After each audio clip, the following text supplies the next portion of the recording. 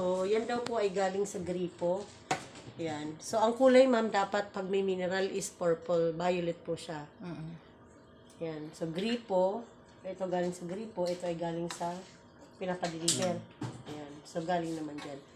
Ang tubig natin, ma'am, from tap water, may mineral yan, ma'am, kasi underground siya. Kaso, yung mga impurities niya, yung mga unwanted contaminants na hindi nakikita ng mata natin, nandyan pa rin po. Pero kung meron kang purifier, napifiltered niya po lahat. So, lahat naman po yan may minerals. Ibig sabihin po, yung binibili mo acidic siya, pero yung tinest natin yung mineral meron. Hindi siya balance kasi nga acidic at saka mineral. Pero dapat ang iniinom natin, alkaline, saka may mineral siya. Kasi yan yung compatible sa DNA structure natin. Okay na.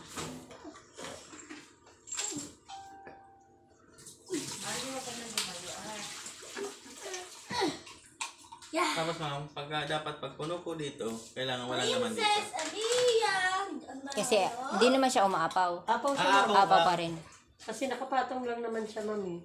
Wala naman pong ibang dadaanan yung tubig natin. May tissue ka dyan. Dito po.